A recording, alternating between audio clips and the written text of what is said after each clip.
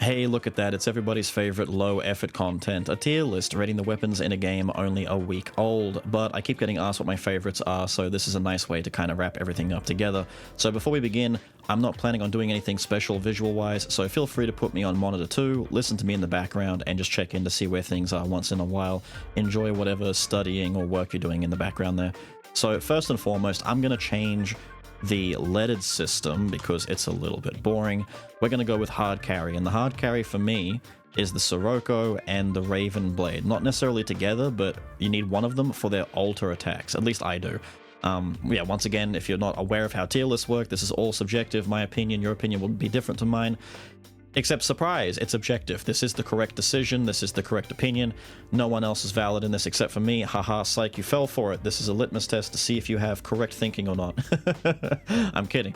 So, the Sirocco and the Raven Blade both have insanely good alter attacks. They both last a long time, they both have very good iframes, and they both do a lot of good damage, and they're multi-hitting, so if you have any debuffs you want to stack up, like Curse, Bleed, Fire, anything like that, they will stack them up very quickly for you. The Sirocco is slightly ahead because it's got ranged, and it naturally puts Fire on its own. You don't need an extra thing to do that. But the Raven Blade does also have very good mobility to it. You can steer it very well, so don't think that you're completely missing out. Either one of these are just as good as the other. They're pretty interchangeable, depending on what kind of a build you're doing. They'll both serve just fine. Moving on to A tier, not much else to say about the S-Boys, except for maybe the fact that their basic attacks are fine, they're serviceable, but the main reason you want them is the alter attacks. So changing A tier into the best friend tier. The Fish Knife. You know what, let me just put the first 3 in here. I'm just going to talk about these first 3 kind of unanimously, because they all kind of don't serve the same purpose, but they all feel very good in the same way. So the Fish Knife doesn't have the best alter attack in the world, but it does have a great default attack. It's just 3 quick hits. The third hit always crits. It has deceptively long range. Seriously, go test the range on that third hit. It reaches so far. And it leads into alter attacks very well. It pairs very well with the Sirocco and the Raven Blade if you want to use those, and will hard carry you with that, you know, that pairing all the way through your entire run if you just want to spam 3 quick hits and then blast them with an alter attack. The crossbow, the break bolt, the great bolt, the greatest bolt that ever lived, the crossbow is probably the best designed weapon in the entire game. Not necessarily because it's overpowered, but because it just works so well. As a self-contained little piece of equipment, it's flawless. The damage isn't too low, isn't too high. It gets guaranteed auto-generated crits if you play the little minigame timing thing correctly, which you also need to do to activate the alter attack state. Its own alter attack isn't AoE, it's a big single target burst, which is good for bossing. Isn't the best thing for clearing multiple enemies, which is why you probably want to pair another weapon that has better AoE up above up here in order to work a bit better with it, but on its own it's damn near flawless. The boomerang is a utility weapon. This thing isn't winning any prizes for damage on its own. It does multi-hit very well, so a bit like the Raven Blade and the Sirocco, if you want to apply debuffs like Bleed, Burn, and Curse, this does that very well. But I'd say 9 out of 10 times your strategy is throw this out, recall it immediately, and fly into an alter attack. It's good for that. Its own alter attack is fine, I guess. It's not really for that, though. Moving on, we have the Heavy Blade, the Slow Blade, the Big Swinging Boy, the Guts Blade. This thing is kind of like the crossbow, only the melee equivalent, therefore it's a little bit less safe, but it does stagger enemies. The final hit is a stun, and its own alter attack is probably the best thing about it. It has a big shockwave that stuns enemies caught in it, and stun is one of the most powerful status effects that you can inflict on an enemy in the entire game, because most normal enemies and elites can be stun locked pretty much indefinitely, which is why Rush as a gift option is very, very good as well.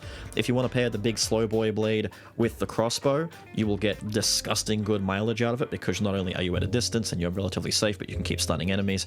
It's very, very good. Nothing really bad to say about this. If you put attack speed on this weapon, it becomes disgusting. The Charge Blade is a very close second to the Big Heavy Boy. This just depends on your preference. I'm not really ordering this list necessarily, but these can be interchangeable depending on what you prefer. So the Charge Blade does very good damage from a distance because you do charge in and teleport. You basically teleport when you swing this thing, and it does a ton of damage when you fully charge it. It can access an alter attack very easily, very nicely, by just doing 3 charge attacks or even 2 regular attacks and then a charge at the end. As long as like the last hit is a charge attack, I'm pretty sure you're in the clear. Its own alter attack is disgusting good utility because you can use it to push enemies off of the stage and instantly kill them. And in higher level difficulties like the Cataclysmic difficulty or the, is it Tempestuous is the second highest? I think it is. In those difficulties, enemies have 2 or even 3 times the amount of max health that they normally do on default difficulty, so killing them can be a bit of a slog if you don't have a lot of good damage built in, but this can just instantly clear them. And in co-op, it's a lot of fun doing this to help your team get rid of the more dangerous enemies like the Zorro rats or some of the guys in the final incubator biome. Now, the next tier, I'm racing through this because I don't want to take too long, so I'm not going to linger on things too much. I just want to kind of get through it so that you guys aren't sitting here forever. The Kunai. Kunai if you need it. So the Kunai is meant to be in the best friend tier, but I've debated on this enough to the point where I think it belongs in a tier on its own. Now, just so that you understand, just because this is below best friend doesn't mean it's necessarily worse. This is like best friend alternative. This is like your best friend on the weekend versus your best friend during the week at work kind of thing. It's the same deal. It's a different purpose. So the Kunai inflicts Curse. Curse is, in my opinion, the most important debuff effect in the entire game because it multiplies, it gives you a % damage boost on enemies, and depending on how strong that boost is, you can get, you know, upwards of double or triple damage on enemies. Once again, at higher level difficulties, enemies have a lot of health, and so Curse can help you do a lot more damage and get through those fights faster. Things like Burn and Bleed don't carry as much weight the further into difficulties you go. It doesn't help eat through health nearly as fast. In those cases, you want effects like this does 40% more damage to enemies on fire. Things like that. But the actual tick damage of Burn and the extra bonus damage from Bleed isn't doing much. The Kunai, though, with the Curse effect, will do a lot for you. A lot for you. The reason it's in this own tier, though, is if you already have a natural source of Curse, whether that be the Cursed Trap, which is very strong, by the way, don't sleep on that, the Cursed Hits Gift, or one of your other weapons or items has natural Curse build-up on it, those will be sensational for you and you won't need Kunai anymore. In addition to that, Weakening Curse, the Gift Weakening Curse, disgustingly top tier. Always get that if you have a chance. Always get that. So moving down into the... I don't know how I feel about this one. That's the Shield, alright? The Shield is in the I don't know how I feel about this one tier.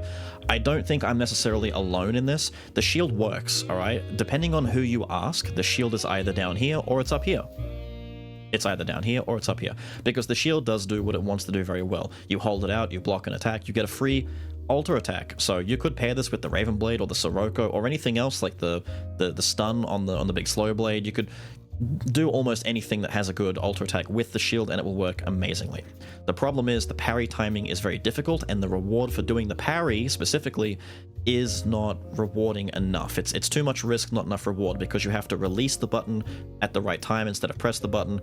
It's neither here nor there. You're either going to get hit because you pressed it too early or too late, depending on which version of parry you want to go with. But the main point is, if you try and go for a parry and you screw up, in higher level difficulties, you're just going to get 2-shot or 1-shot. You're going to lose so much health from making a single mistake when you could have just picked a different weapon, dodged, and gotten away with the same reward, you know, just do damage after you dodge an attack. The parry bait isn't quite enough. I feel like the parry should lead to like a screen-wide AoE damage burst that also stuns enemies. It's such a specific skill shot that the reward should be unfathomably based. You should get something insane for this. Like, when you parry, you get a 50% damage boost, you stun all the enemies in the area, and do 500 damage to them. It needs to be stupidly good, because right now you hit back for like 200 damage to like one dude who tried to hit you. It's not enough. You do get an alter attack afterwards, but it's just not great. Its own alter attack is very forgettable as well. Ultimately, it works, but I want it to feel better. It doesn't quite feel justifiable right now. I've literally not spoken to anyone who's a big Shield fan either, so I don't know. It kind of just goes this way. Now, I'm debating where I'm going to put the next one, because I have two boys that need to go somewhere, but let's go ahead and make one more tier, because we need... Actually, let's bump that up there. So this is the not hurting anyone tier, and that's because not only do these weapons not have anything painfully wrong with them, they're not like offensive in any way, they're not bad necessarily, but they're also not the best that they could be. Everyone above them is just doing the same job but better.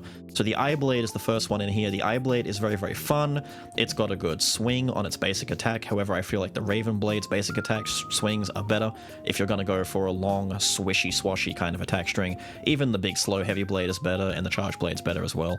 But the Eye Blade is fine. The main issue with its basic attack string is it applies Mark, and that Mark does 50 damage.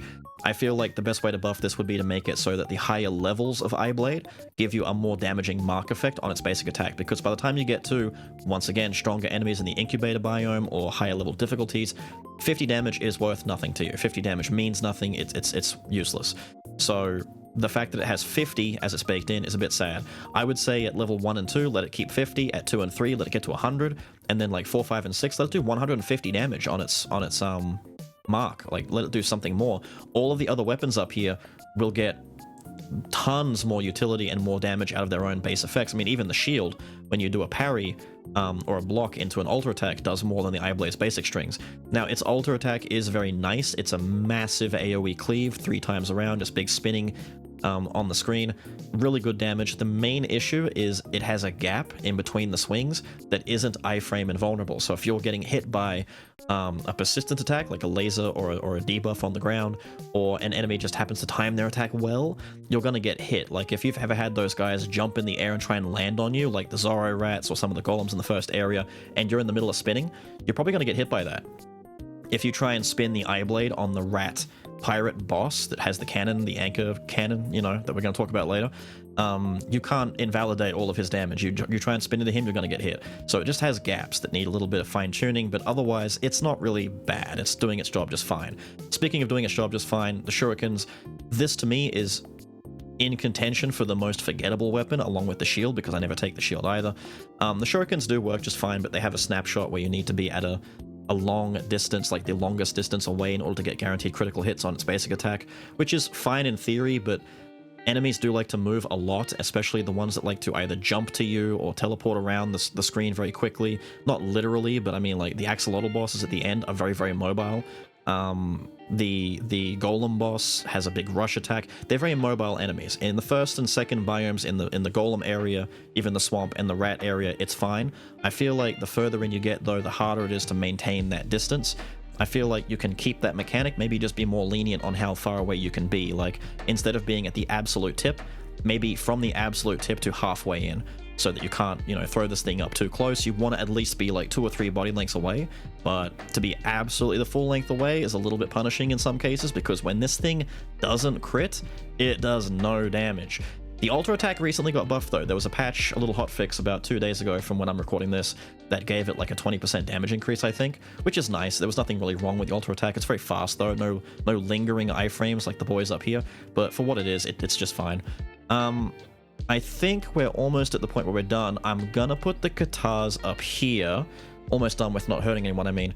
The katars are either gonna stay here, but they could very well be in Best Friend because they recently got changed. So for those who aren't aware, the teleport on this thing that teleports you behind enemies to backstab them wasn't working correctly if you held a directional button in at the same time. So if you're moving left, right, up, or down while trying to hold in the button, it wouldn't work. They recently, and by recent I mean literally last night for me, I had to redo this whole tier list for the katars alone. I was going to just edit it in, but no, I'm going to redo the whole thing. So the katars now work correctly. I've gone in and taken a look. You can be moving around and teleport to an enemy just fine, which makes it feel so much better to use, because now the backstab mechanic can be used better. I also think, if I'm not mistaken, I haven't double checked, but I think they added a bit more leniency to the range at which you can achieve a backstab around an enemy. So it's a bit more like 180 degrees friendly as opposed to directly behind them. I could be wrong on that, but I feel as though just from using them in the game, it's easier to land those backstabs now. Maybe it's just Mandela effect, I don't know. Maybe I'm gaslighting myself. The only other issue with the katars is that its ult attack doesn't feel very good. It does a bit of damage and applies a bleed buff to you so that all your attacks inflict bleed. Great if you're looking for a bleed build. Otherwise, it's not really doing much, which means it kind of falls into the pattern of being a basic attacker, similar to the fish knife, but a little bit worse than the fish knife. I would like, and I don't know why this wasn't the case, but if I could reinvent this myself, I would have the alter attack itself be a teleporting attack. The whole point of this weapon is to be all ninja, teleporty, bleed, assassin kind of cool nonsense, right?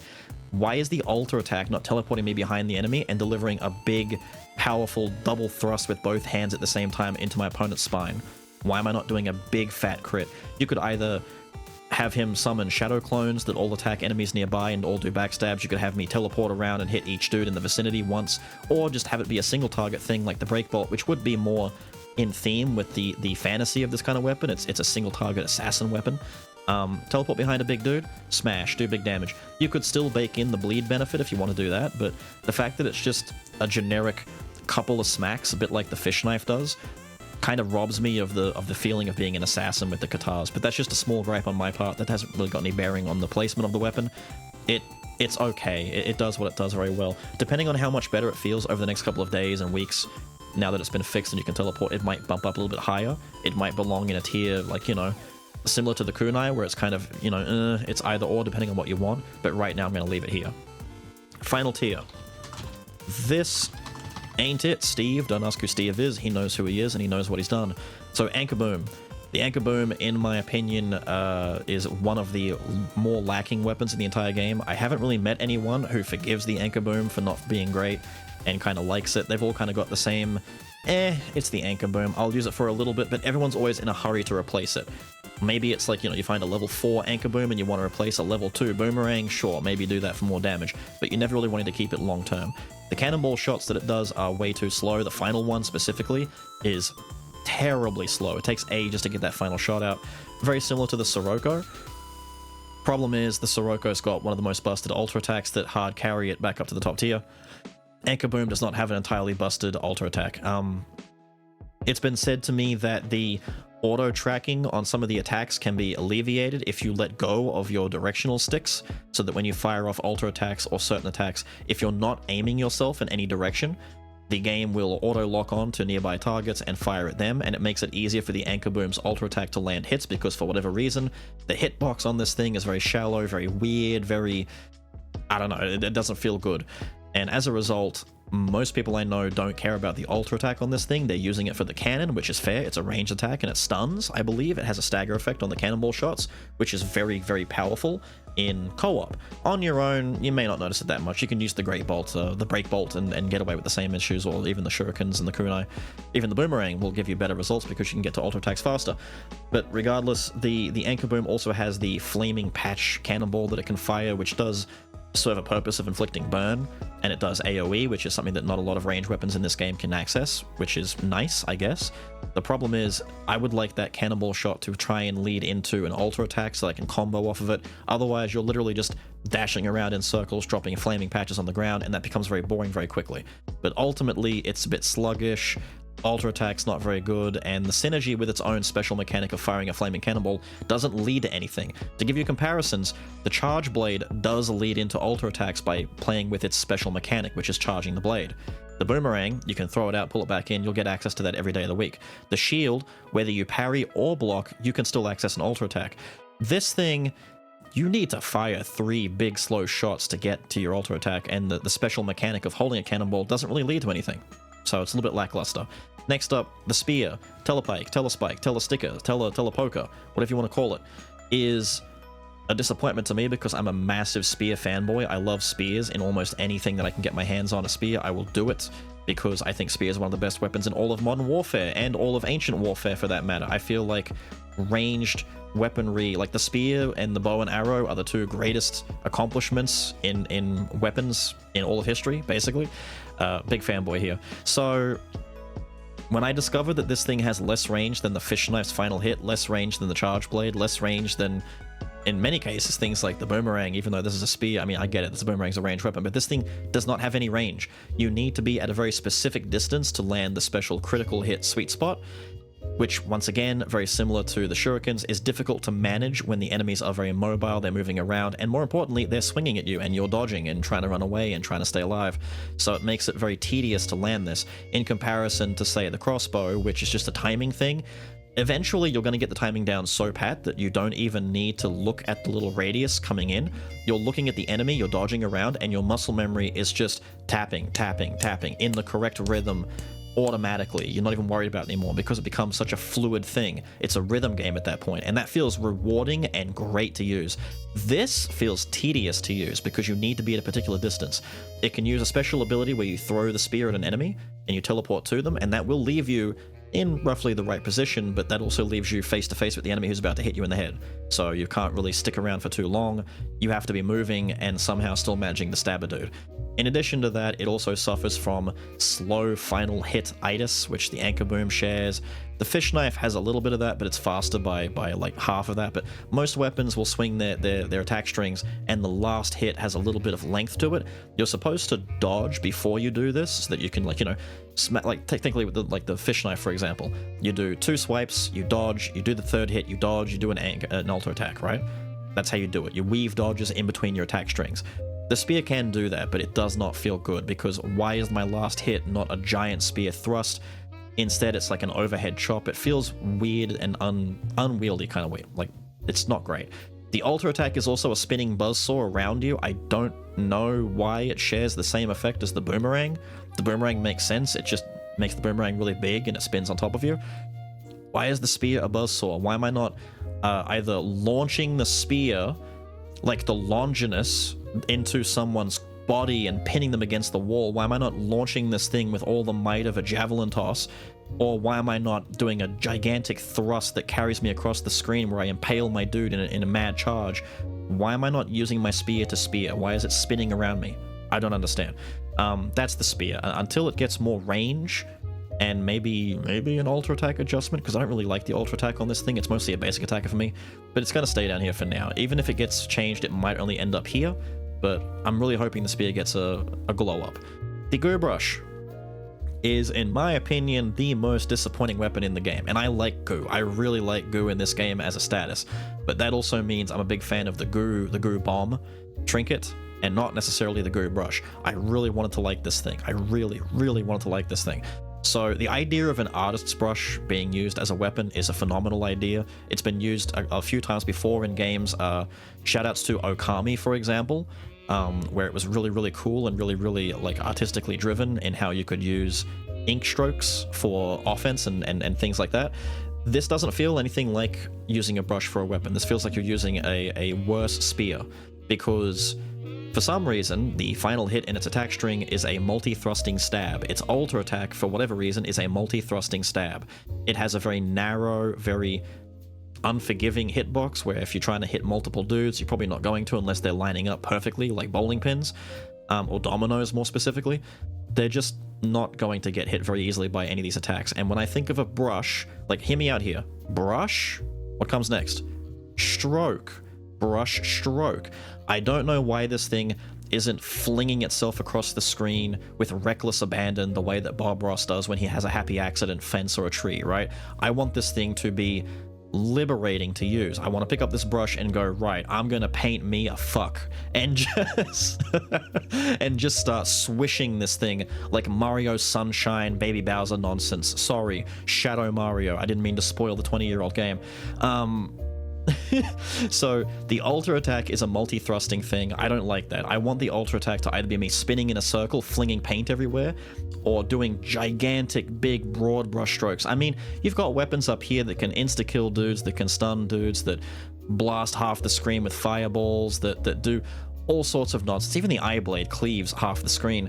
Why is the brush not flinging goo everywhere? Let it fling goo. Stun, freeze, and goo only affect enemies initially for the first, like, boss fights, for example. They get diminishing returns. You can't stun lock them in goo or stun or freeze indefinitely. There's a cooldown phase where you can't keep inflicting that. So there's no harm in giving the player the option to go absolute bum ham crazy and start flinging goo all over the place. I don't understand, especially when you can keep reapplying curse indefinitely. You can stun most regular enemies indefinitely. You can get automatic burning crits on enemies as much as you want. You can have automatic no damage block nonsense over here. Why is the brush not brushing? Why is the brush stabbing? I want strokes. I'm having a stroke right now. Anyway, that's my tier list. If you couldn't tell, the way that I like to play the game is to find a dedicated basic attacker and some dedicated alter attackers, whether that be any of the boys in the best friend category. Like, both swords have great alter attacks. These guys are great for their basic attacks, although the crossbows damn near perfect. The boomerang is great for a basic attack that leads into alters. The kunai is also not bad for leading into alters, but there are some weapons that stand out more for their alter attacks than others. I would say these two and these two down here are my favorite four, but I will use the Eye Blade, and I'll even use the kunai to get AoE curse in some multiplayer stuff to try and help, you know, be a utility player. But that's kind of how I choose to play the game. If you choose to play differently, or maybe you use these weapons differently, like you like using the Sirocco as a basic attacker to lead into a Raven Blade, or maybe you use the Boomerang's alter attack for whatever reason. I don't know why you would, because any other weapon's going to be better, but I digress. Maybe you do things differently. I encourage you to come over to the tier list maker and make your own tier lists and share them, and let me know what your favorite weapons are, what your favorite playstyles are, and how you feel about the current state of weapons a week in. The devs are doing a fantastic job with jumping on top of this stuff very quickly, like fixing the katars and buffing the damage of some weapons. I have the utmost confidence that they will not let this slide, and that these weapons are going to get mixed around and buffed and nerfed all over the place for a while until we find a sweet spot for them to sit in. But with all of that said and done, I've got to get out of here. I hope you guys have enjoyed the laziest video I've made in a little while, and I will see you all next time. Have a good one.